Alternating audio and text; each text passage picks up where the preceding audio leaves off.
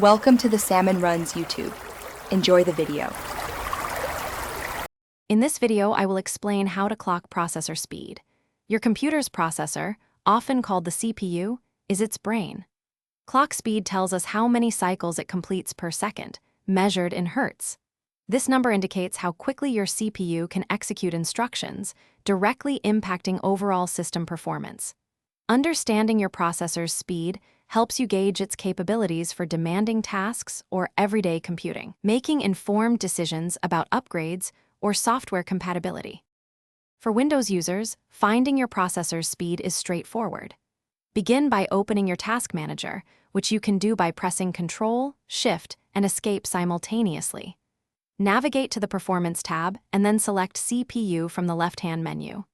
Here, you will see the base speed listed in gigahertz, along with its current operating speed.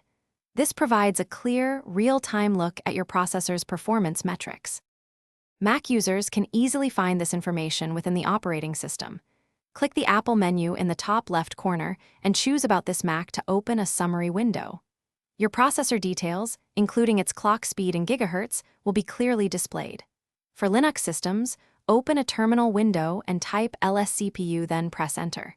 This command outputs detailed CPU information, including its clock speed, often listed as CPU megahertz or max megahertz, providing quick insight.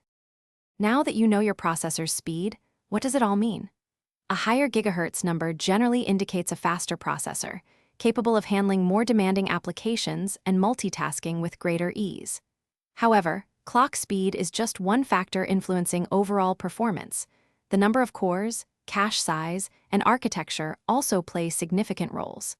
Consider these other specifications when evaluating your system or making upgrade decisions, as they all contribute to your computer's responsiveness and power. Thanks for watching. Consider subscribing if we helped you.